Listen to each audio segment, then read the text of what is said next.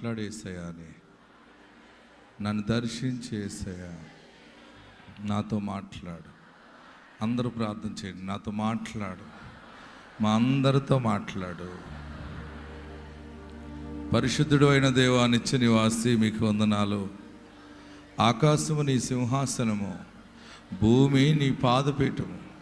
మీ పాదముల చెంత ఈ రీతిగా నేను స్తుతించటానికి, ఈ రీతిగా నేను గణపరచటానికి ఇచ్చిన సమయాన్ని బట్టి మీకు వందనాలు తెలియపరుస్తూ ఉన్నాం. ఈ బిడ్డలను నిశ్చయముగా ఆశీర్వదించండి, నీ దీవెనలకు వారసులుగా చేయండి, నీ దైవ కార్యము జరిగించు బాబు. ఇంతవరకు నీ ఆత్మస్వాధీనంలో ఈ ప్రార్థన కూడికను జరిగించారు.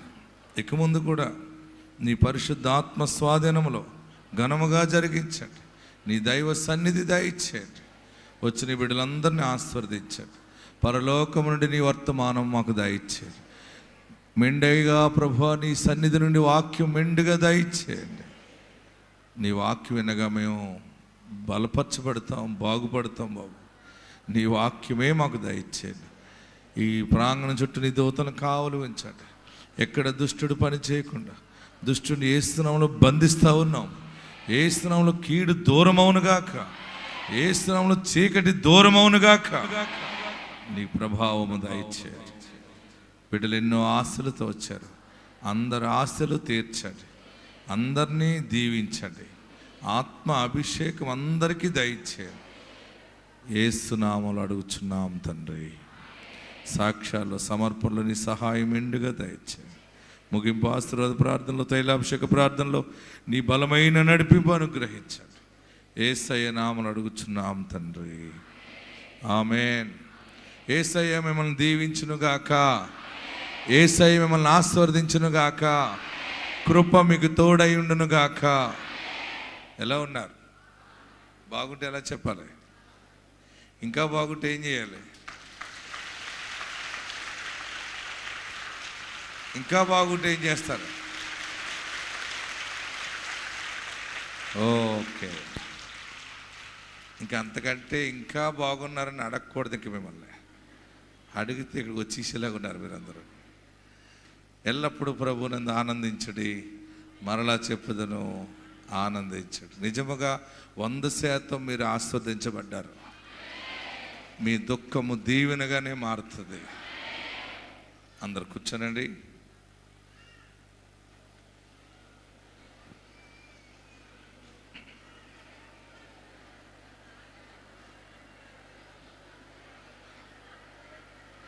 ఎవరి స్థలాల్లో వారు కూర్చోనండి. ఎవరైనా కొంచెం స్థలం అడిగితే ఇవ్వండి. ఉన్నంతలోనే అడ్జస్ట్ అవ్వద్దు. దేవుడు మనకి బలమైనటువంటి పెద్ద స్థలాన్ని పట్టణంలో ఇవ్వబోతా ఉన్నాడు. గట్టిగా చప్పట్లు కొట్టి ప్రభువును స్తుతిద్దాం. ఇది ప్రభువుకు కావాలని మనం చెప్పవలసి వస్తుంది. అది సన్నిధికి దేవుడు ఆ కోరుకున్న స్థలాన్ని మన చేతికి అప్పగిస్తాడు. 2 చేతుల్లో జోడించి నమస్కరించి మీ కుడి వైపున్న వారి వైపు చూచి నవ్వుతూ, నా మంచి యేసయ్య నిన్ను దీవించునుగాక అని చెప్పండి. మీరు నిజంగా చెప్పాలి. నేను 3 అంకెలు చదివినప్పుడు ఇప్పుడు నిజంగా చెప్పండి. 1 2 3 అంటే మీరు ముందు నిజంగా చెప్పలేదు, ఉట్టుగా చెప్పేశారనమాట. అంతే కదా? మీరు ఏమనాలి? నేను నిజంగా చెప్పాను దైవజనుడా, మళ్ళీ చెప్పమంటే చెప్తానని అనుకోవాలి. కానీ దేని పడితే దానికి చెప్పేస్తున్నారు మీరు. ఇప్పుడు ఎడమవైపున్న వారి వైపు కూడా తిరిగి మంచిగా నిజముగా నవ్వుతూ, నా మంచి యేసయ్య నిన్ను దీవించునుగాక అని చెప్పండి. మేలులు నీ మేలులు మరచిపోలేనయ్యా. పాడదాం. మేలులు నీ మేలులు మరచి నా ప్రాణము. వెరీ గుడ్, బాగా పాడుతున్నాం.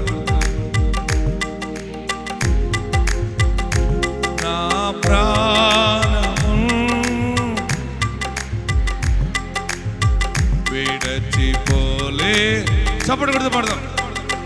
నీది గొర్రె పిల్ల మనసయ్యా,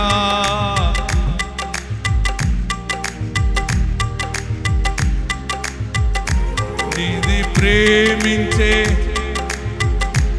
ఎస్, ఇంకా గట్టిగా పడదాం మరలా. మేలులోని మరచిపోలేదయ్యా, మేలులోని మరచిపోలేదయ్యా, నా ప్రాణంత వరకు విడచిపోలేదయ్యా, నా ప్రాణంత వరకు విడచిపోలేదయ్యా. కొండలలో ఉన్నను మరచిపోలేదయ్యా, శ్రమలలో ఉన్నను నీవు విడచిపోలేదయ్యా. మరలా పడదాం.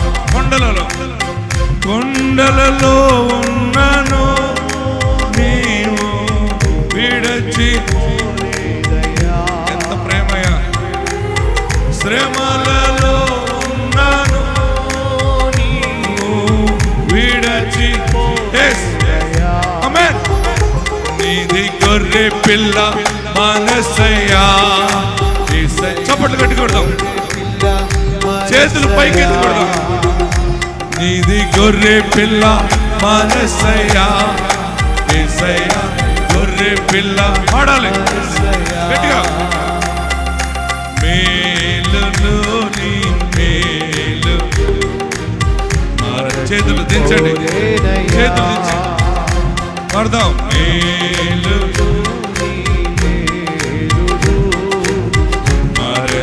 మరచిపోలేదయ్యా, అగ్నిలో ఉన్నను నేను కాలిపోలేదయ్యా, జలములలో వెళ్ళినా నేను మునిగిపోలేదయ్యా, నీది పావురము మనసయ్యా.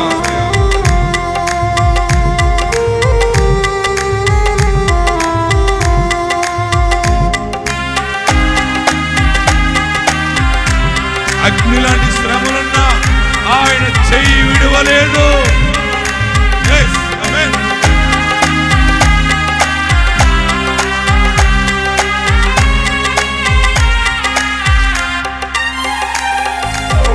అగ్నిలో ఉన్నను నేను కాలిపోలేదయ్యా.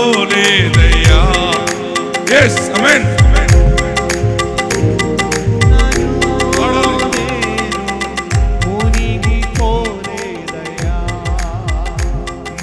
పావురము మనసయ్యా, యేసయ్యా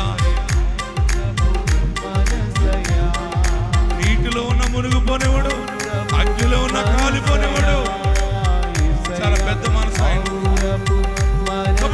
ఆమేన్.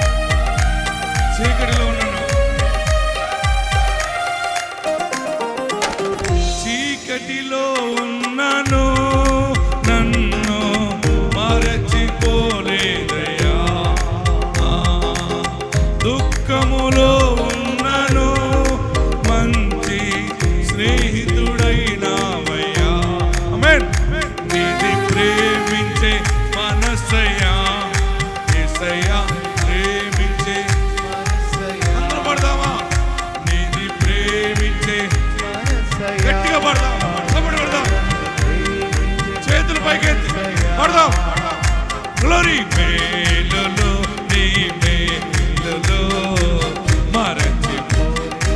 స్టైల్గా ఘనముగా ఆడదాం. గ్లోరీ, ఆమేన్. మరచిపోలేదయా నా ప్రాణమున్నంత వరకు, విడచిపోలేదయా నా ప్రాణమున్నంత వరకు, విడచిపోలేదయా. హల్లెలూయా. మిమ్మల్ని ప్రశ్న అడుగుతాను. నా ప్రాణం ఉన్నంత వరకు నేను నిన్ను మర్చిపోను, నిన్ను విడిచిపోను యేసయ్యా అని ఎంతమంది నిజముగా చెప్పగలరు? చేయి పైకెత్తండి. జాగ్రత్త సుమా, ఉద్దించేశారు కొంతమంది. కొన్ని చేతులు ఏమైపోయినాయి,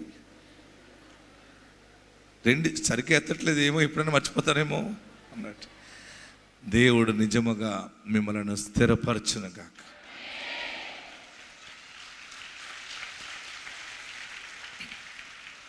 కొన్ని కమిట్మెంట్లు ఎలా ఉంటాయంటే, పెళ్ళిలో ప్రమాణం చేశాడట పెళ్ళి కొడుకు. ప్రమాణం చేస్తారు కదా, చేతిలో చేయి పెట్టాడు. ఇది మొదలుకు నిరంతరము నేను ప్రేమిస్తాను, శ్రమ యందును, వ్యాధి యందును, బాధ యందును, కష్టమందును, లేమి యందును నిన్ను విడువక, నిన్ను ప్రేమించి నీకు తోడుగా ఉంటానని ప్రమాణం ఉంటుంది కదా. ప్రమాణం చేశారు, బాగానంది.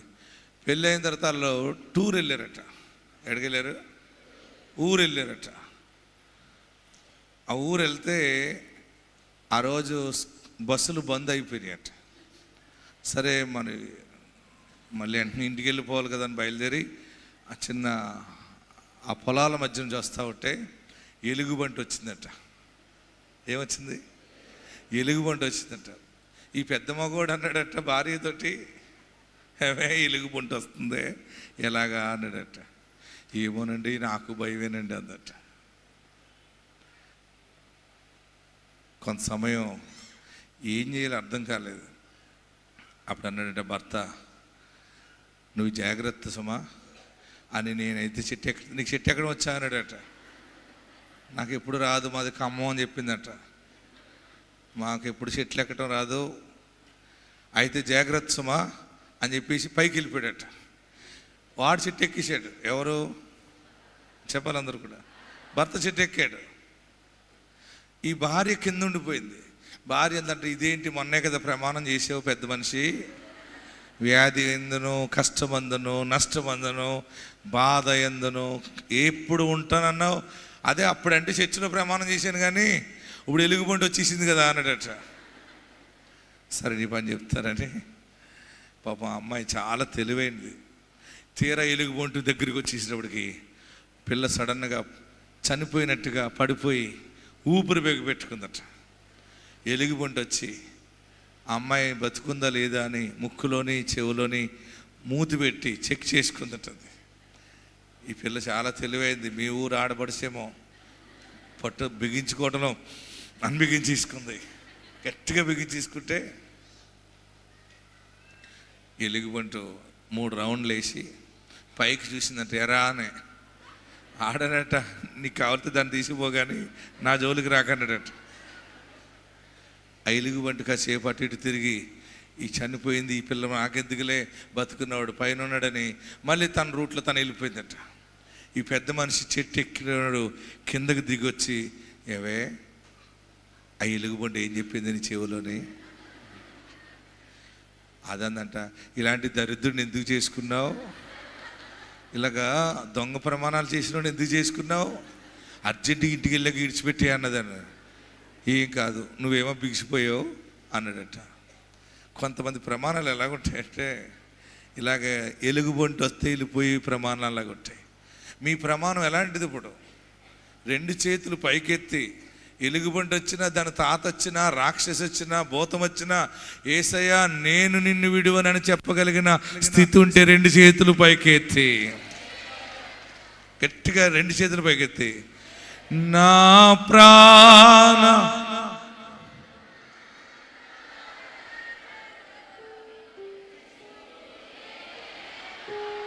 అదేం పాట గట్టిగా పాడాలి. 1 2 3 నా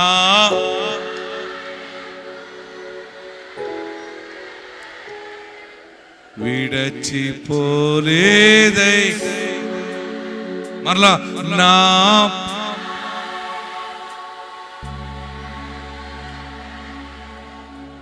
విడచిపోలే. గట్టిగా చప్పట్లు కొట్టి ప్రభువుని స్తుతిద్దాం. ఆయన మంచి దేవుడు. ఆమెన్. యేసయ్య మంచి దేవుడు. ఆయనతో స్నేహం చేయాలంటే డిసైడ్ అయ్యి కనుక స్నేహం చేసేవా నిన్ను ఉద్ధరించేస్తాడు ఆయన. అటు ఇటు కాకుండా ఉన్నావా చి అని ఉమ్మేసేస్తాడు. అంతే.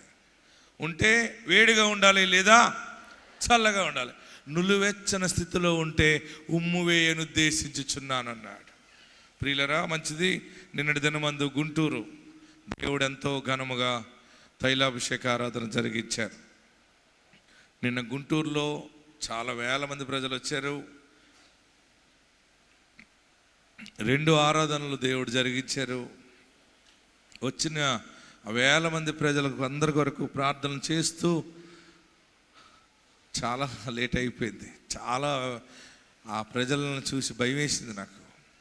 ఇంకా వస్తూనే ఉన్నారు. 2 చేతులు వారి మీద ఉంచి దీవెన ప్రకటిస్తూ ఉంటే దేవుని కార్యాలు జరుగుతూ ఉన్నాయి. ఆమెన్. ఆ గుంటూరులో ఉన్న ప్రజలందరి కొరకు ప్రార్థన చేశాను. గుంటూరుకు ముందు ఒంగోలు వెళ్ళాను. ఒంగోలు కూడా దేవుడు ఆశీర్వాదకరంగా జరిగించారు. ఒంగోలులో జరిగిన ఆ తైలాభిషేక ప్రార్థన 2 ఆరాధనలు బహుజన సమూహము ప్రార్థనా శక్తిని వెంబడిస్తున్నారు. ఎందుకంటే ప్రార్థనా శక్తిలో యేసయ్య ఊరేగించబడుతున్నాడు. ఆమేన్. మనం ఎవరి పల్లకి మోస్తున్నాం? నేను ఊరూరా ఆయన పల్లకి మోసుకుంటూ పోతున్నాను అంతే.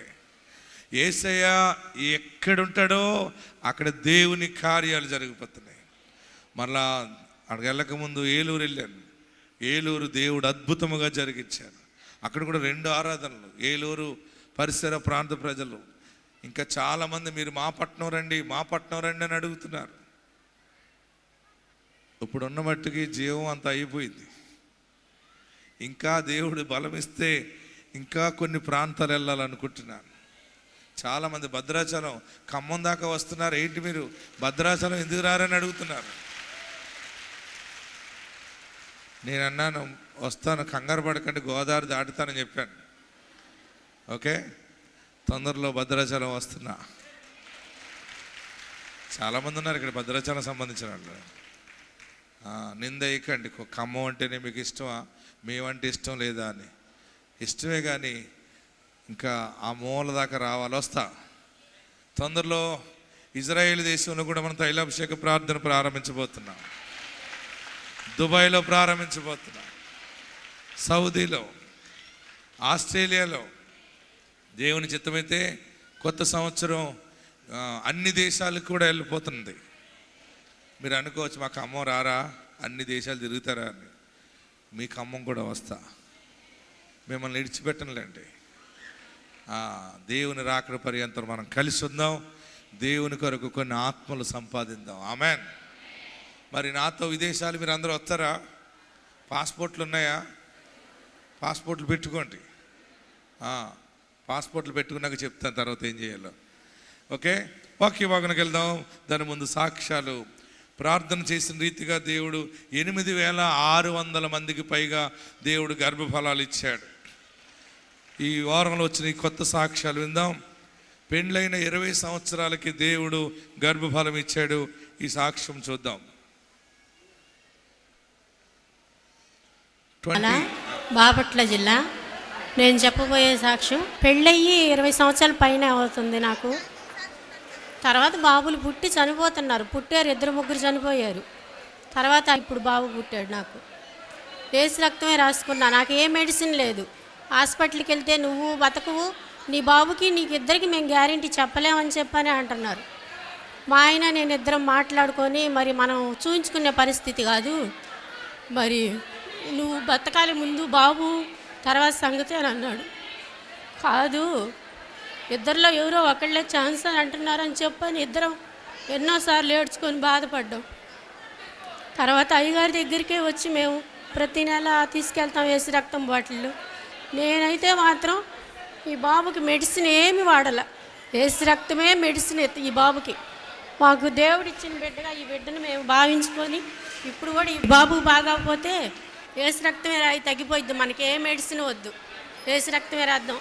ఈ కాలు ఇప్పుడు నొప్పిగా ఉంది, హాస్పిటల్ తీసుకెళ్దామన్నా కూడా హాస్పిటల్లో దేవద్దు, అయ్యగారి దగ్గరికి తీసుకెళ్ళి బాబుని చేతిలో పెడితే వాడికి అంతా నయమైపోయిద్దని చెప్పని పంపించాడు.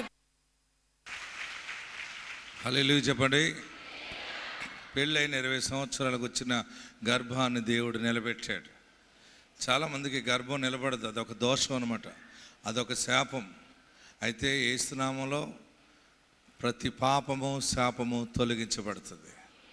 అందుకనే మీ అందరి కొరకు కష్టమైన చేతులుంచి ప్రార్థిస్తున్నాను. అప్పుడు మీరు చాలా నెమ్మదిగా పొందుకునేవాళ్ళమాట. మీకు ఎప్పుడు వెళ్ళిపోదామా అని తొందర. మీరు కృపావరాలు కలిగిన దైవజనుడు, వాగ్దానం ద్వారా పుట్టిన దైవజనుడు మన పట్టణానికి వచ్చాడు. ఆ హస్తము నా శిరస్సును తాకుతుండగా దేవుని ఆత్మ నా మీదకి వస్తుందని మీరు బహు జాగ్రత్తగా విశ్వాసంతో రావాలన్నమాట. మీరు ఏం మాట్లాడకూడదు, మీరు మాట్లాడేదాన్ని దేవుడితో మాట్లాడుకోవాలి. ఇదేంటంటే వరముతో దేవుడు నీ దగ్గర పంపించాడు, అభిషక్తుడు నిన్ను ప్రతిష్ఠ చేస్తాడు. ఆటోమేటిక్గా నువ్వు ఊహించిన దానికంటే అధికమైన మహిమ నీలోకి వస్తుంది. ఇది అభిషేకం యొక్క ప్రత్యేకత.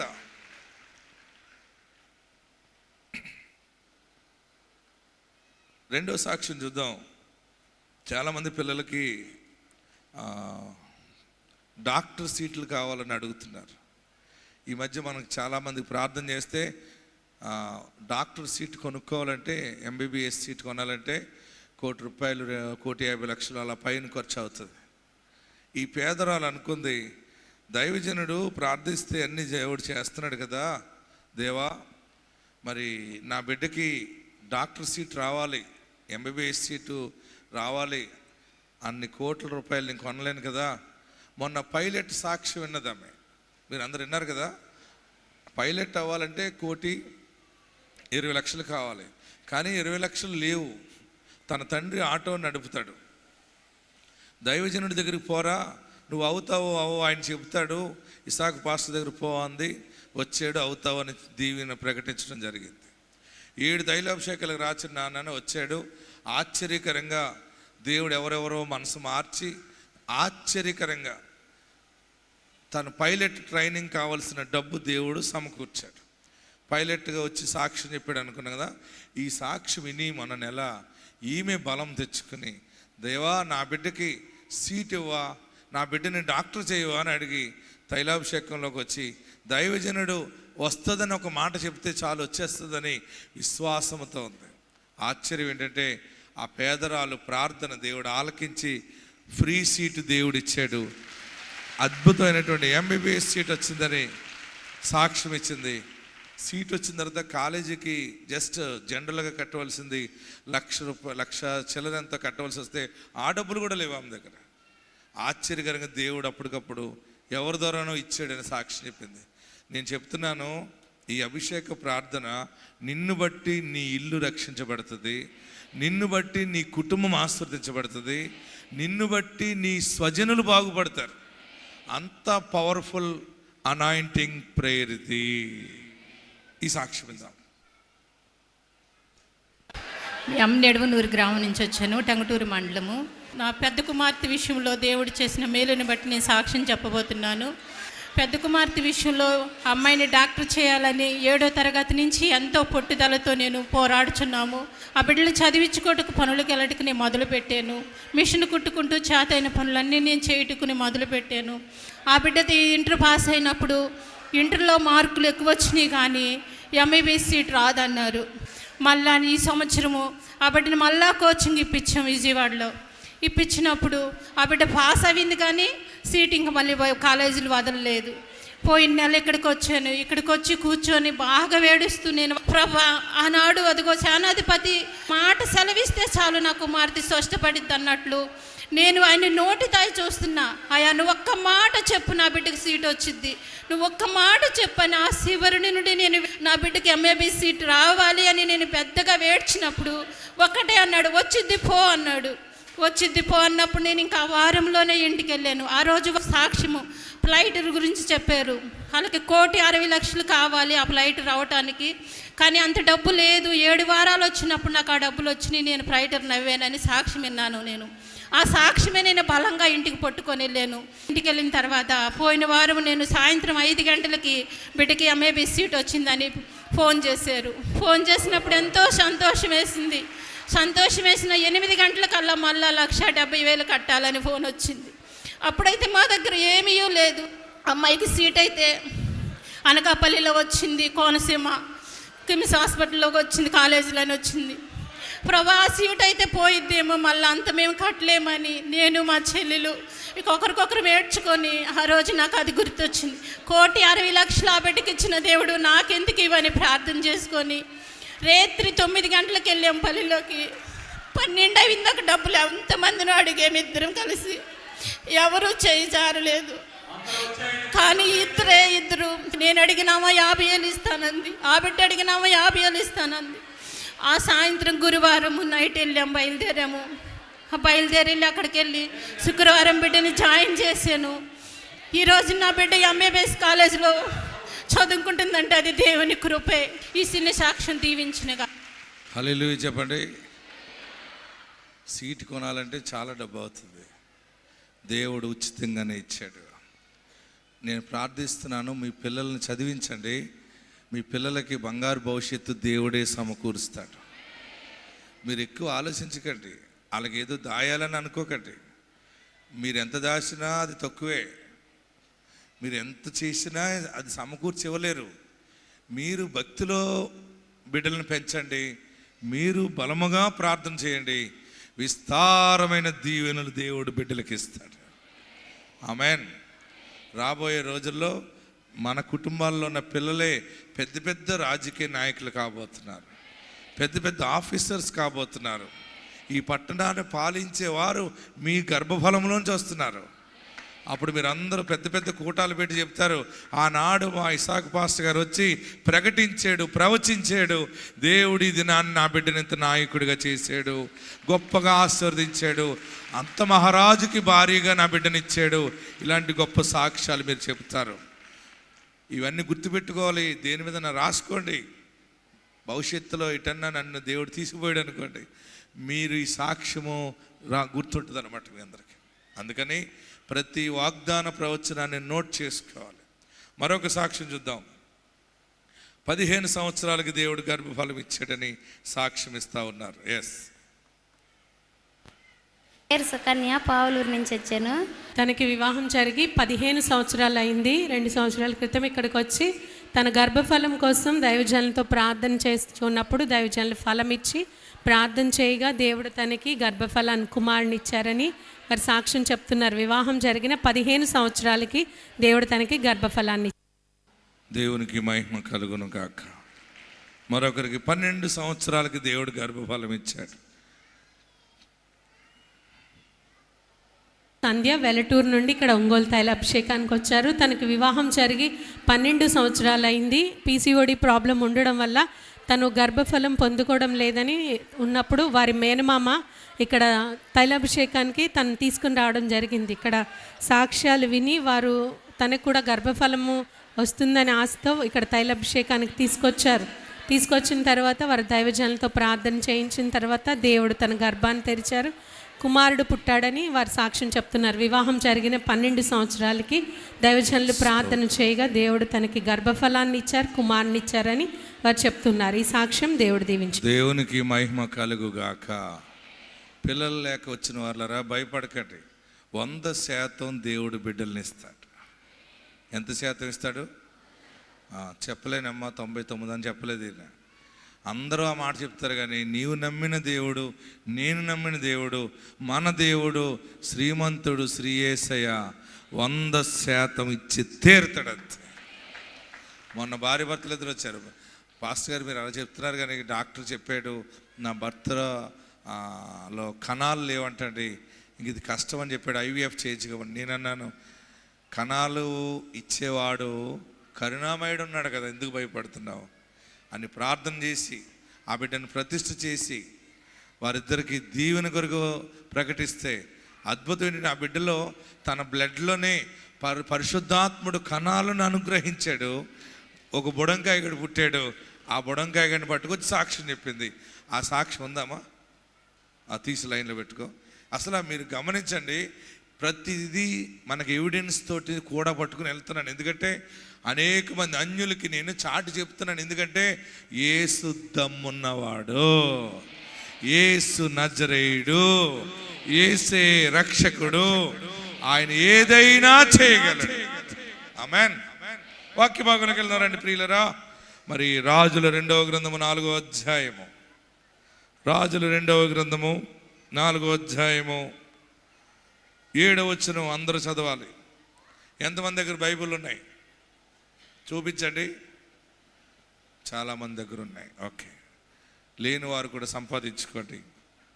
రాజుల 2వ గ్రంథము 4వ అధ్యాయము 7వ వచనం. మీరు అందరూ తెలుగులోనే చదవాలి, ఇంగ్లీష్లో చదవకండి. ఓకే, నేను 3 అంకెలు చదివినప్పుడు అందరూ చదవాలి. స్టడీ 1 2 3. నేను అందుకే ముందు చెప్పాను ఇంగ్లీష్లో చదవకండి అని, తెలుగులో గట్టిగా చదవాలి. 1 2 3. అది ఒకరు మైక్లో చూడు చదవండి. ఆమె దైవజనుడైన అతని వద్దకు వచ్చి సంగతి తెలియ చెప్పక, అతడు నీవు పోయి ఆ నూనెని అమ్మి నీ అప్పు తీర్చి మిగిలిన దానితో నీవును నీ పిల్లలను బ్రతుకుడని ఆమెతో చెప్పాను. ఆమేన్. నాతో చెప్పండి. ఆమె దైవజనుడైన అతని యొద్దకు వచ్చి సంగతి తెలియజెప్పగా, అతడు నీవు పోయి ఆ నూనెను అమ్మి నీ అప్పు తీర్చి మిగిలిన దానితో నీవును నీ పిల్లలను బ్రతుకుడని ఆమెతో చెప్పాను. ఏంటి సంగతి? దైవజనుడితో సంగతి చెప్పినట్టుగా ఉంది. ఈమె ఎవరు అంటే, దైవజనుడు ఎవరంటే దైవజనుడు ఎలీషా. ఎలీషా దైవజనుడికి ఎన్నో దేవుడిచ్చిన కృపావరాలను బట్టి ఆయన వాడబడుతూ ఉండేవారు. అయితే ఆ దైవజనుడికి తెలుసున్నటువంటి కుటుంబం ఇది. 4వ అధ్యాయం 1వ వచనంలో కనబడుతుంది. తన భర్త చనిపోయాడు. 2 కుమారులు ఉన్నారు ఆమెకి. భర్త చనిపోయాడు, 2 కుమారులు ఉన్నారు. వారు ఏదో వ్యాపారాలు చేసి ఏదో చేసి లాస్ అయిపోయారు, అప్పుల పాలైపోయారు. అప్పుల పాలైపోతే చివరికి అప్పులు ఇచ్చిన వారు వచ్చి చాలా రకాలుగా బూతులు మాట్లాడుతూ వారిని చాలా బాధ పెడుతూ ఉంటే చివరికి అన్నారు, అమ్మాయి ఎన్ని వాయిదాలు వేస్తావు, సిగ్గు లేదా, అది లేదా అని అప్పిచ్చిన వాళ్ళు మాట్లాడతారు కదా. అలా మాట్లాడుతూ ఉంటే ఫైనల్గా మాట్లాడేది ఏంటంటే, వారు అప్పిచ్చిన వాళ్ళు, నీ కుమారులను మేము తీసుకుని వెళ్ళిపోతాము, నువ్వు తీరుస్తావా తీర్చవా, ఒక టైం ఇస్తున్నాం, ఒక గడువు ఇస్తున్నాం, ఈ సమయము లోపల నువ్వు అప్పు తీర్చకపోతే నీ కుమారులను తీసుకెళ్ళిపోతాం అన్నారు. ఆ మాట కన్న తల్లికి చాలా బాధ అయింది. కట్టుకున్న భర్త లేడు, కట్టుకున్న భర్త చనిపోయాడు, భర్త లేడు, ఒంటరిదాన్ని, ఒంటరిగా ఉండి ఎంత పోరాడను, అప్పులు తీర్చే దారి లేదు, వ్యాపారం లేదు, ఏమీ లేదు. కానీ భర్త లేకపోయినా ఎవరు లేకపోయినా ఆమె కలిగి ఉన్నవారు ఒకరున్నారు. ఆమె దైవజనుణ్ణి కలిగి ఉన్నది, దేవుణ్ణి కలిగి ఉన్నది. ఆమేన్, హల్లెలూయా. దైవజనుణ్ణి కలిగి ఉన్నది, దేవుణ్ణి కలిగి ఉన్నది. కనుక మనం ఎప్పుడు కూడా మంచి దైవజనుణ్ణి కలిగి ఉండాలి. డూప్లికేట్ వాళ్ళని కలిగి ఉండకూడదు, మోసం చేసే వాళ్ళని కలిగి ఉండకండి. ప్రార్థనాపరుడైన దైవజనుణ్ణి మీరు కలిగి ఉండాలి. ఆమేనని చెప్పండి, గట్టి హల్లెలూయా చెప్పండి. ఈ మధ్య డూప్లికేట్ వాళ్ళు ఎక్కువైపోతున్నారు. ఏంటి, గారిడీ చేసే వాళ్ళు ఎక్కువైపోతున్నారు రకరకాలుగా. నిజమైన దైవజనుడు ఎలాగుంటాడంటే, ఆ మనుషుడు మాట్లాడినా ప్రార్థన సంబంధించి మాట్లాడతాడు, ఆ మనుషుడు ఏది బోధించినా దేవుని వాక్యమే బోధిస్తాడు, తన సొంతం ఏది బోధించడు. ఆయన ప్రార్థనలో ఆధారపడి, ప్రార్థనలో ఉండి దేవుని దగ్గర పొందుకుని ఆ సమాచారమును బయలుపరుస్తాడు. ఆ దైవజనుడు భక్తిగల దైవజనుడు. హల్లెలూయా చెప్పండి. కొంతమంది దైవజనులు ఏం చేస్తాడు, రాజకీయ నాయకులుగా ఉంటారు. కొంతమంది ఈ సంఘంలోనే ఒకరికొకరికి గొడవలు పెట్టేస్తుంటారు.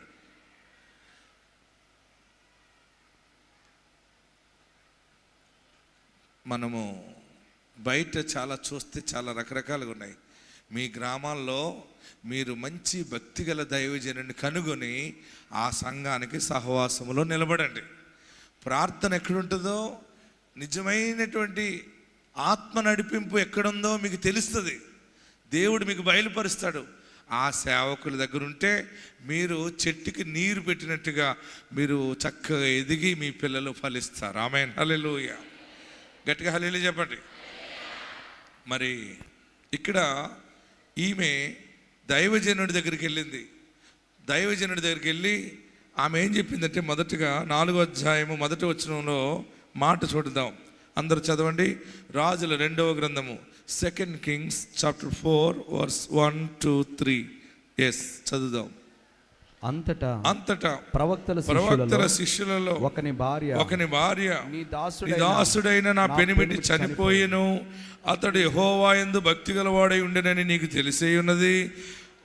ఇప్పుడు అప్పులవాడు నా 2 కుమారులు తనకు దాసులుగా ఉండుటకై వారిని పట్టుకుని పోవుటకు వచ్చి ఉన్నాడని ఎలీషాకు మొరపెట్టగా, ఎలీషా, నా వలన నీకేమి కావలెనో, నీ ఇంటిలో ఏమి ఉన్నదో అది నాకు తెలియజెప్పమనెను. అందుకామె, నీ దాసురాలైన నా ఇంటిలో నూనె కుండ ఒకటి ఉన్నది, అది తప్ప మరేమీ లేదనెను. అతడు, నీవు బయటికి పోయి నీ ఇరుగు పొరుగు వారందరి యొద్దకు దొరకగలిగిన వట్టి పాత్రలన్నిటినీ ఎరువు పుచ్చుకొనుము. హల్లెలూయా చెప్పాలి. గట్టిగా హల్లెలూయా చెప్పండి. దైవజనుడికి చెప్తా ఉంది, దైవజనుడా అప్పులైపోయినాయి, భర్త లేడు, పిల్లల్ని అప్పులవాడు తీసుకెళ్ళిపోతానంటున్నాడు. అంటే దైవజనుడు అన్నాడు, భక్తి గల దైవజనుడి దగ్గర దేవుని అభిషేకం ఉంటుందేమో. ఏం అడుగుతాడు తెలుసా? నీకేం కావాలని అడుగుతాడు. ఆ ఏం కావాలని అడిగే దమ్ముంటుంది. ఆమేన్. ఉంటుందా? నువ్వేమన్నా ఎత్తిపట్టుపోదాం వచ్చానమ్మా అంటాడా? ఇలాగ ఆశించేవాడు భక్తి లేనివాడు. భక్తి లేనివాడు అడుగుతాడు. భక్తి ఉన్నవాడు ఏమడుగుతాడంటే, నీకేం కావాలి? మహారాజు ప్రతినిధిగా మాట్లాడతాడు. ఆమేన్. ఆమేన్ అని చెప్పండి. ఆమేన్ అని చెప్పండి. భక్తి లేనివాడు ఏదో సుత్తు కొడతాడు.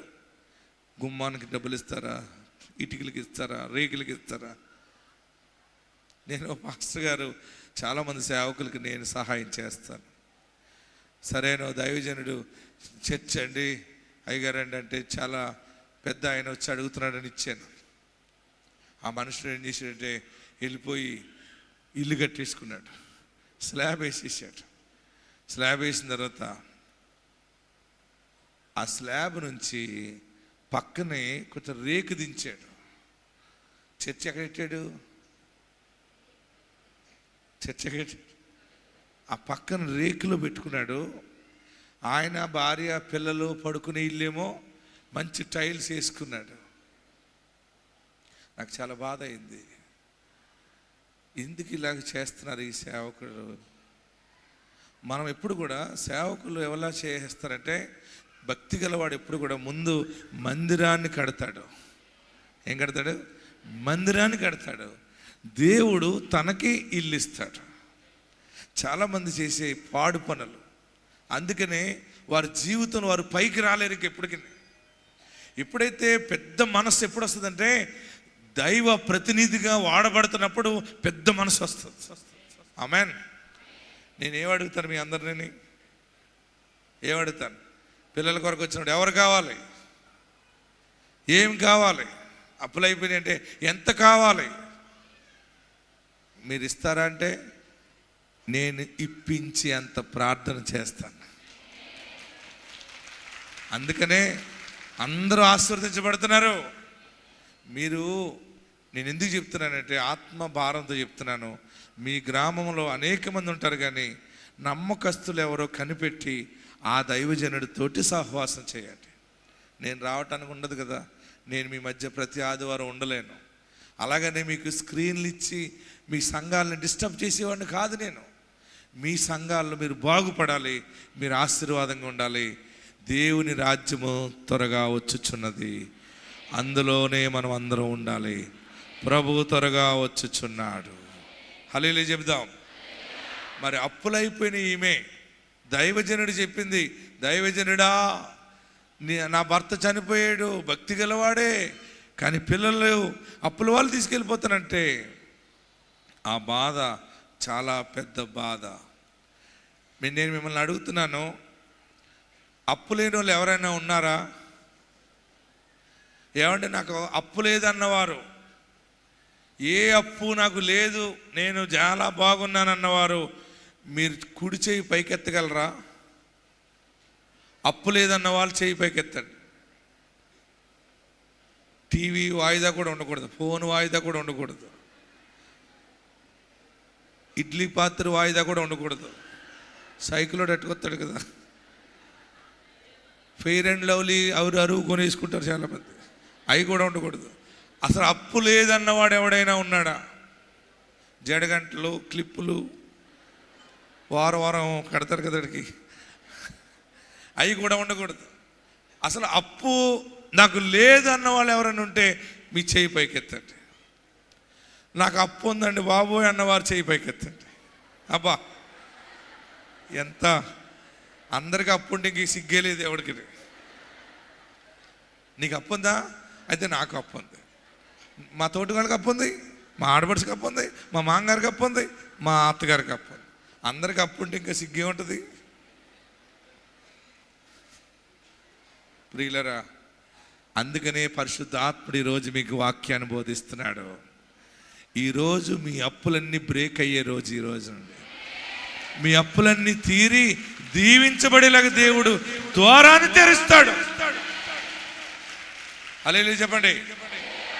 చూడండి ఏంటి ఎలా తీరుతాయంటే, దైవజనుడు అన్నాడు, అమ్మా నా వలన నీకేమి కావాలి అన్నాడు.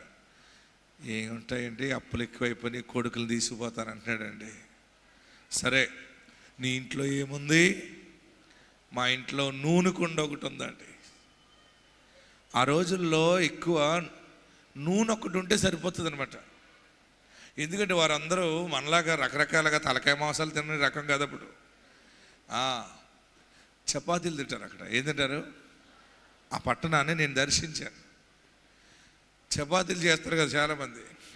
మొన్న ఒక ఆమె చపాతీ చేసిందమ్మోయ్, మళ్ళీ జీవితంలో తినకూడదు అనుకున్నాను. ఈ పెదవాలన్నీ కోసిపోయినాయి. పాస్టర్ గారు నేను మీకోసం ప్రత్యేకంగా చేశానండి ఇలాగా. అది గట్టి పడిపోయి ఎంత నవ్వులినా అది కట్టే అవ్వట్లేదు. మీరు ఎవరు చెప్పకండి, మనసులో పెట్టుకోండి. కొంతమంది చపాతీ శ్రేష్ఠులు ఉంటారు, స్పెషలిస్టులుగా ఉంటారు. ప్రియులరా, మనసు అంతా పోయింది నాకు చపాతీ మీద. మళ్ళీ నా మనసు కట్టుకోవడానికి కొంత టైం పడుతుంది. ఓకే, ఇక్కడ వీరందరూ ఉదయాన్నే చపాతీలు తిండేవారు. వారి ఆహారమే చపాతీ తింటారు.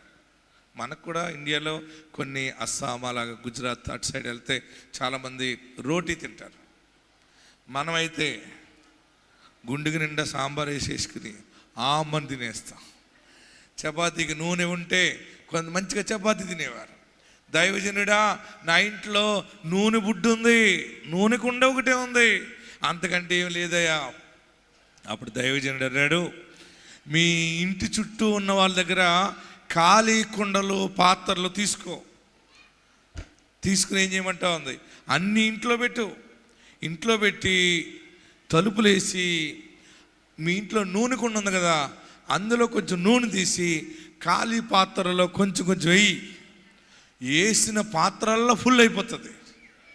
ఆమె ఏం చేసిందంటే, ఒరే పెద్దోడా, ఒరే చిన్నోడా, ఇలా రండి. పాస్టర్ గారు ఒకటి చెప్పారు. ఏంటమ్మా, ఇదిగో ఈ గూడెంలో ఉన్న వాళ్ళందరి దగ్గర పాత్రలు పెట్టండి. వాళ్ళ దగ్గర డొక్కులు, డోల్స్లు, అన్ని గిన్నెలు అన్నీ పట్టుకొచ్చి ఆ ఇల్లంతా లోపల పెట్టేసుకున్నారు. దైవజనుడు ఏమన్నాడు? తలుపి అక్కడ చదవండి, అక్కడ చాలా బాగా రాశాడు. 4వ వచనం. అప్పుడు 4వ అధ్యాయం 4వ వచనం. అప్పుడు నీవు నీ ఇంట్లోకి వచ్చి నీవును నీ కుమారులను లోపల నుండి తలుపులు మూసి, చూడండి, లోపల నుండి తలుపు మూసి ఆ పాత్రలన్నిటిలో నూనె పోసి నిండినవి ఒక తట్టున ఉంచుమని ఆమెతో సెలవేగా ఆమె అతని యొద్ద నుండి పోయి తానును కుమారులను లోపల నుండి తలుపు మూసి కుమారులు తెచ్చిన పాత్రలలో నూనె పోసెను. పాత్రలన్నీ, చూడండి, అందరూ అండర్లైన్ చేసుకోండి.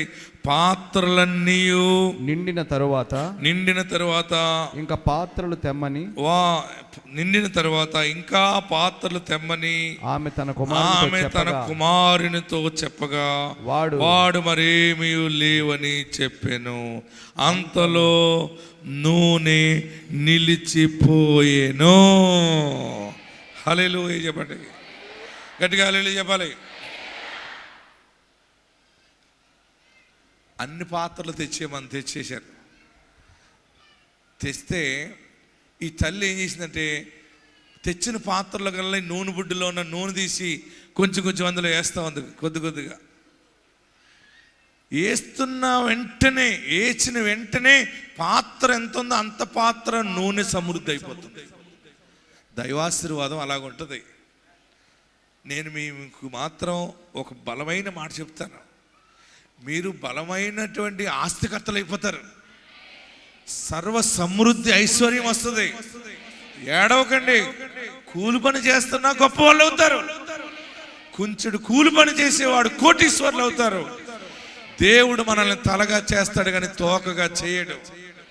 త్వరలో నేను మీ అందరి ఇంటికి రాబోతున్నాను. మీ ఇల్లు ఎలా ఉండాలి? మీరు అధిపతులుగా ఉండాలి. రక్షణ కలిగిన కుటుంబాలుగా ఉండాలి. ఎటు చూసినా ఐశ్వర్యం ఉండాలి. ఎటు చూసినా సిరి సంపదలు ఉండాలి. మీ ఇంట్లో దాసీలు ఉండాలి. అబ్రహాము దీవెనలు కుమ్మరించబడాలి. అన్ని కృపా దేవుడు మీకు ఇచ్చునుగాక. మీరు నమ్మండి, అతి తొందరలోనే గొప్ప వాళ్ళు అవుతారు. మనం ఎలాగవుతామండి? మనకి ఏముంది ఆధారం? మాకు చదువు ఉందా, జ్ఞానం ఉందా, ఎవరు సహకారం ఉందంటే, నీకు భక్తిగల దైవజనుడు పరిచర్య ఉంది. నిజమైన దేవుడు నీకున్నాడు. నీ కుండ సమృద్ధిగా నూనెగా మారుతుంది. ఆమేన్. ఈ ఇల్లాలు ఏమంటుందంటే,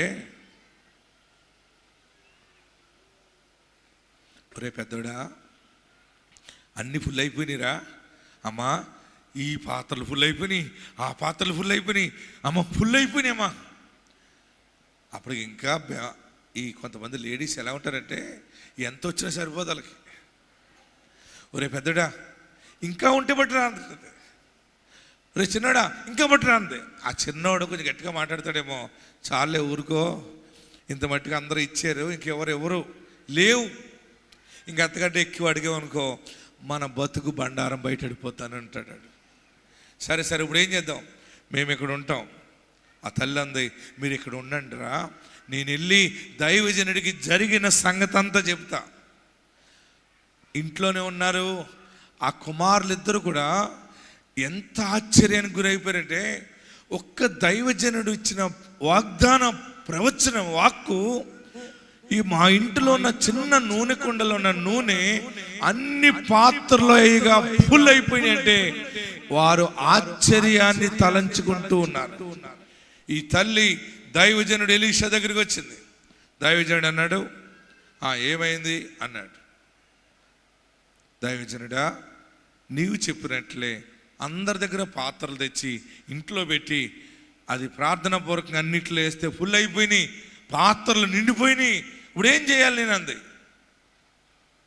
దైవజనుడు అన్నాడు, అదే భక్తికి లేని దైవజనుడు అయితే ఏమంటాడంటే ముందు 2 కుండలు మన ఇంటికి పట్టుకొచ్చాయి అంటాడు. ఏమంటాడు? అంటాడా? భక్తి గల దైవజనుడు ఏమన్నాడు తెలుసా? ఎలీషా అమ్మా అక్కడ చెప్తున్నాడు, మనం ముందు చదువుకున్నాం 7వ వచనం 4వ అధ్యాయం 7వ వచనం. ఆమె దైవజనుడైన అతని యొద్దకు వచ్చి సంగతి అంతా తెలియచెప్పక అతడు, నీవు పోయి ఆ నూనెను అమ్మి ఫస్ట్ నీవు వ్యాపారం ప్రారంభించు. ఆమెన్. మొదటగా ఆ సమృద్ధి అయిపోయిన నూనె అమ్మటం మొదలుపెట్టు. అమ్మినప్పుడు సొమ్ము వస్తుంది కదా, ఆ సొమ్మంతటితో నీ అప్పులు తీర్చుకో. ఈరోజు మీకు ఆశీర్వాద ప్రకటన ఏంటంటే, మీరు వ్యాపారాలు ప్రారంభించండి. మీ ఉన్న వ్యాపారాలు అభివృద్ధి అవుతాయి, మీ అప్పులన్నీ తీరిపోతాయి. ఆమెనని చెప్పరే? అంతేనా? అంతేనా? అంతేనా?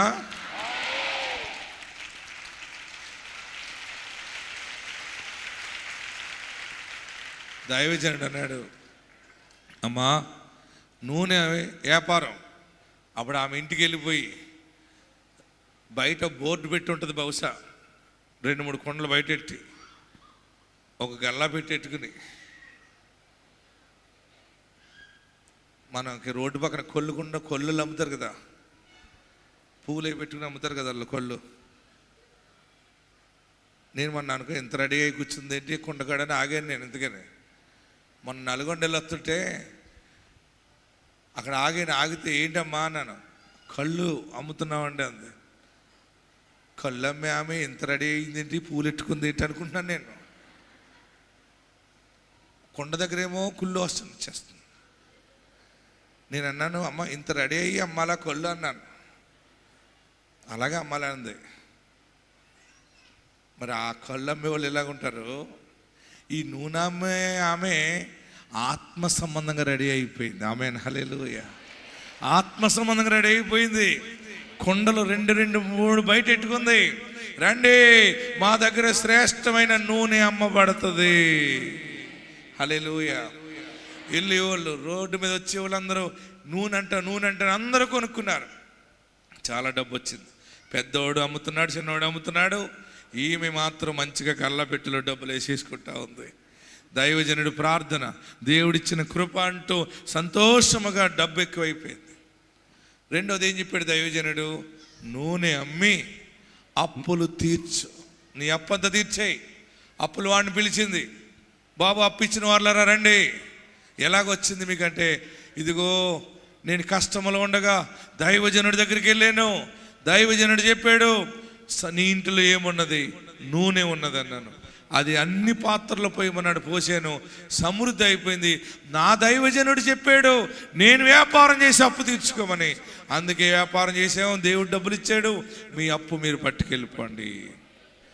ఎవరైనా అప్పు చేసామనుకో భక్తి పరులు, మనం వారిది అనా పైసలతో సహా ఇచ్చేయాలి. ఎవరు అప్పు ఉంచుకోకూడదు. బైబిల్ ఏముందంటే, భక్తి గలవాడు అప్పు చేసి అప్పు తీరుస్తాడు, భక్తి లేనివాడు బుద్ధిహీనుడు అప్పు చేసి అప్పు తీర్చడు అన్నాడు. మీరు ఎవరికైనా ఇవ్వాల్సి వస్తే వారికి ఎగనామం పెట్టాలని అనుకోకండి. నువ్వు ఇచ్చేదానికంటే ఇంకా 10 రూపాయలు ఎక్కువ ఇస్తావు నువ్వు. అలాగే దేవుడు ఆశీర్వదిస్తున్నాడు నిన్ను. మనము దొంగిలించాలనే మనసు మనకు రాకూడదు.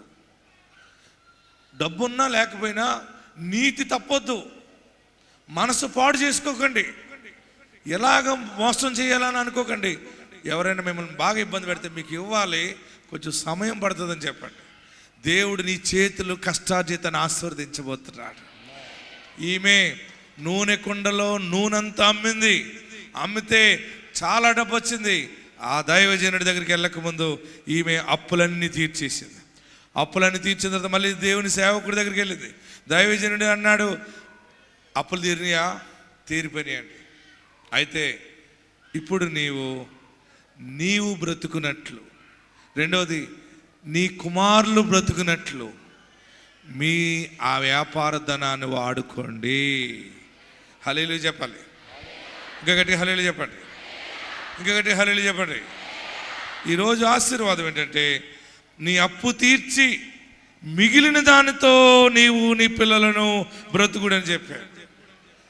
సేవకుడుగా, వాగ్దానం ద్వారా పుట్టిన దైవజనుడిగా దేవుడు నాకు ఇచ్చిన అభిషేకంతో నేను ప్రకటిస్తున్నాను, మీ అప్పు తీరగా ఇంకా ధనము మిగిలే దీవెన మీకు దేవుడు ఇవ్వబోతా ఉన్నాడు. ఈ నెల సమృద్ధి చూడబోతా ఉన్నారు. అది ఎలా వస్తుందో తెలియదు.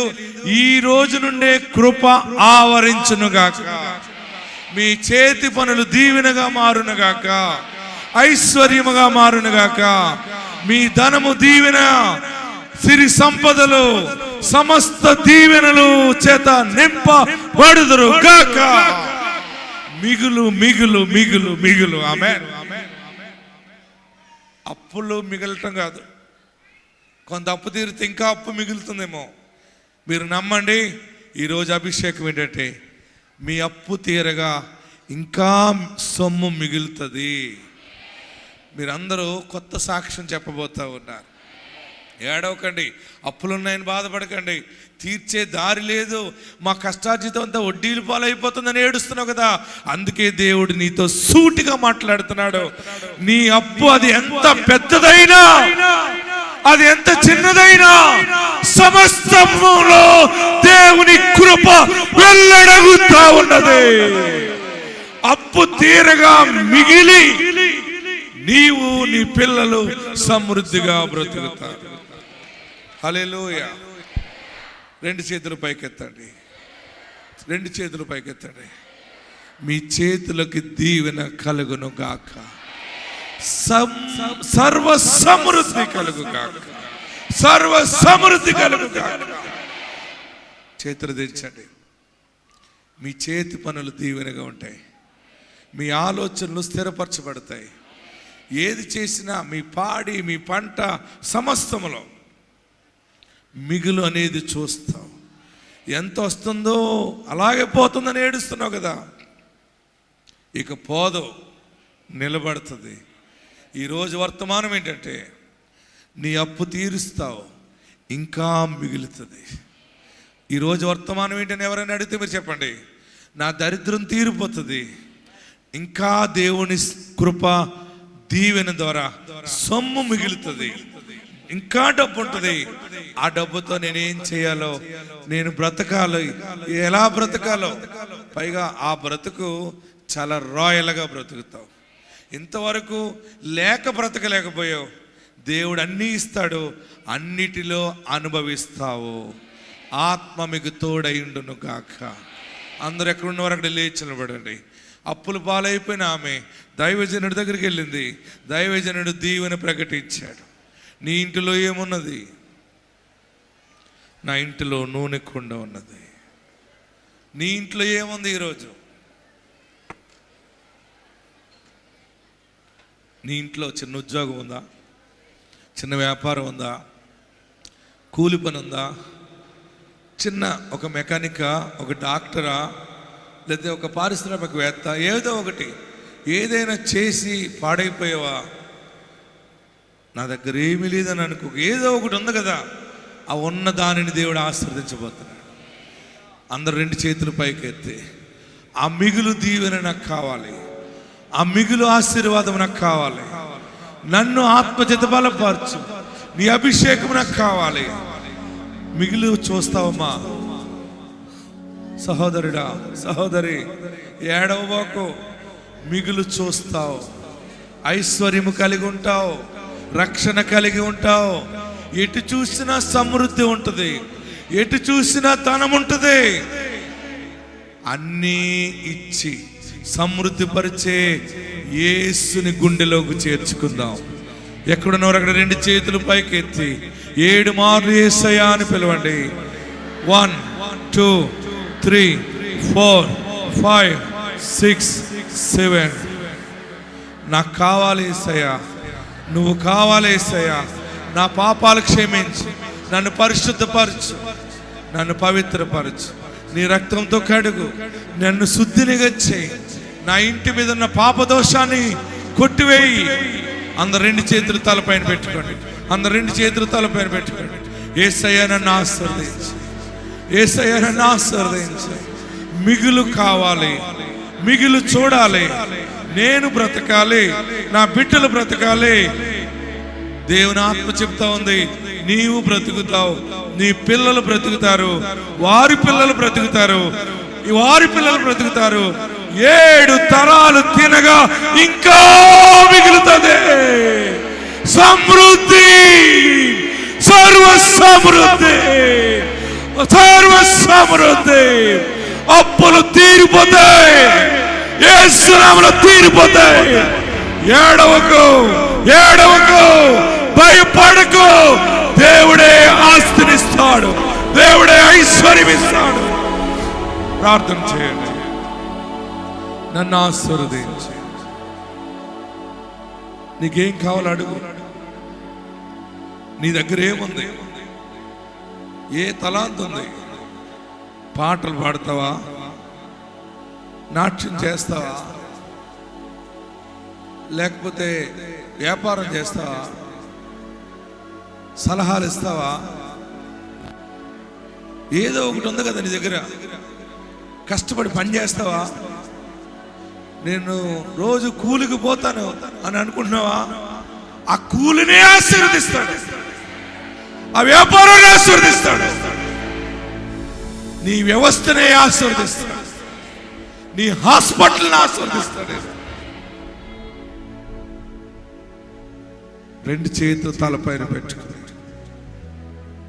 యేసు నామములో ప్రార్థన చేయండి. ఇక నీకు దూరం అవను బాబు. యేసయ్యా, నీతోనే ప్రయాణం చేస్తా, నా ఇంటికి రక్షణ దయచేయి. ఇక పాపము చేయనయ్యా, వాక్యానుసారంగా బ్రతుకుతాను, వాక్యములో నిలిచి ఉంటాను బాబు. అందరూ ప్రార్థన చేయండి. హల్లెలూయా, హల్లెలూయా.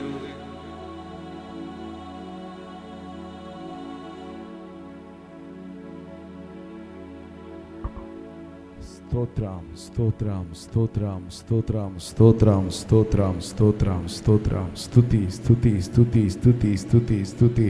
హల్లెలూయా, హల్లెలూయా, హల్లెలూయా, హల్లెలూయా, హల్లెలూయా. గొప్పవాడానికి స్తోత్రాలు తండ్రి, ప్రేమ గలవాడానికే స్తోత్రాలు, దయ చూపించేవాడానికే స్తోత్రాలు, సహాయము చేయగలవాడానికే స్తోత్రాలు. మా ఎట్ల నీ మంచితనం అంతా కనపరుచుచున్నవాడానికే స్తోత్రాలు చెల్లించుకున్నా. ఎంతైనా నమ్మదగిన దేవుడవు బాబు, అత్యంత కృప కలిగిన దేవుడవు రాజా. మా పట్ల నాయనా శ్రద్ధ కలిగిన దేవుడు అయ్యా, మమ్మల్ని పట్టించుకునే దేవుడవు తండ్రి. మా జీవితాలను బాగు చేయాలని, మా జీవితాలను ఆశీర్వదించాలని, మాకున్న పరిస్థితి నుండి మమ్మల్ని విడిపించాలని, అప్పుల ఊపి నుండి దేవా పైకి లేవనెత్తి దేవా మిగులుతో మేము ఉండాలని దేవా నీ ఆలోచన బట్టి నీకు వందనాలు. ఇదిగో నీ వాగ్దాన పుత్రుణ్ణి, నీ ప్రవక్తను నిలవబెట్టి నీ జీవము గల వాగ్దానము చేత మమ్మల్ని ఆయన తృప్తి పరిచినందుకు నీకు వందనాలు చెల్లించుకున్నా. నిశ్చయముగా తండ్రి, ఏ వ్యక్తి అప్పుల్లో ఉన్నాడో, ఏ కుటుంబం అప్పుల్లో ఉందో తండ్రి, దేవా వారి చిన్ని కష్టార్జితాన్ని నువ్వు ఆశీర్వదిస్తున్నందుకు నీకు వందనాలు తండ్రి. అప్పులన్నీ తెచ్చి వారు పిల్లల్ని తండ్రి మిగులుతో నువ్వు ఆశీర్వదిస్తున్నందుకు నీకు వందనాలు. నీ సేవకుడి నోటి నుండి వచ్చిన ఈ మాట 100% మా జీవితాల్లో నెరవేర్చువాడవని, నువ్వు సర్వశక్తిమంతుడు అని మేము నమ్ముతున్నామయ్యా. నువ్వు న్యాయము చేసే దేవుడవు బాబు. దేవా మమ్మల్ని కరుణించువాడవు నాయన, మా సంతోషాన్ని చూసి ఆనందించువాడవయ్యా. నీకు స్తోత్రాలు చెల్లించుకుంటున్నాను తండ్రి. వీరి కుటుంబాల్లో సమృద్ధిని దయచేసినందుకు నీకు వందనాలు దేవా. గొప్ప విడుదల ఇచ్చినందుకు నీకు వందనాలు తండ్రి. అప్పిచ్చేవారిగా ఉంచినందుకు నీకు వందనాలు చెల్లించుకున్నాను. వారి చేతులను బలపరిచినందుకు నీకు వందనాలు దేవా. వారి కష్టార్జితాన్ని ఆశీర్వదిస్తున్నందుకు నీకు వందనాలు చెల్లించుకుంటున్నాను తండ్రి. నిశ్చయముగా మిగులుతో మేము నేను దీవెనకరముగా జీవించుదుముగాక. నీ నామానికి మహిమ వచ్చినట్లు మా కుటుంబాలన్నింటినీ దీవించావు, నీకు వందనాలు చెల్లించుకుంటున్నాను తండ్రి. ఇదిగో మా సేవకుడికి మంచి ఆరోగ్యము దయచేయండి దేవా. కొలతలైన ఆత్మతో నువ్వు నింపి వాడుకుంటున్నావు, నీకు వందనాలు. ప్రపంచానికి మీరు దీపస్తంభంగా ఉంచమని వేడుకొనిచున్నాను తండ్రి. కృప చూపించమని, మేలు కొరకు జ్ఞాపకం చేసుకోమని. ఎవరు ఈ మాటను నమ్ముతున్నారో, ఎవరు ఈ మాటపై విశ్వాసం ఉంచుతున్నారో దేవా, నీవు న్యాయము జరిగించే దేవుడు అని, నువ్వు మాకు ప్రేమను కురిపించే దేవుడు అని, నిశ్చయముగా ఆశీర్వదించే దేవుడు అని సాక్ష్యం ఇచ్చినట్లు మా జీవితాల్లో నీ కార్యములు మరింతగా జరిగించమని కృప చూపించమని, నీపైనే ఆనుకుంటూ, నీపైనే ఆధారపడుతూ నిన్నే మహింపరిచినట్లు మా జీవితాలను బాగు చేశావని ముందుగానే నీకు కృతజ్ఞతాస్తులు చెల్లించుకుంటూ యేసయ్య దివ్యనామం పేరిట అతి మిక్కిలి వినయంతో బ్రతిమాలి ప్రార్థించి వేడుకొనుచున్నాను తండ్రి. ఆమేన్, ఆమేన్, ఆమేన్.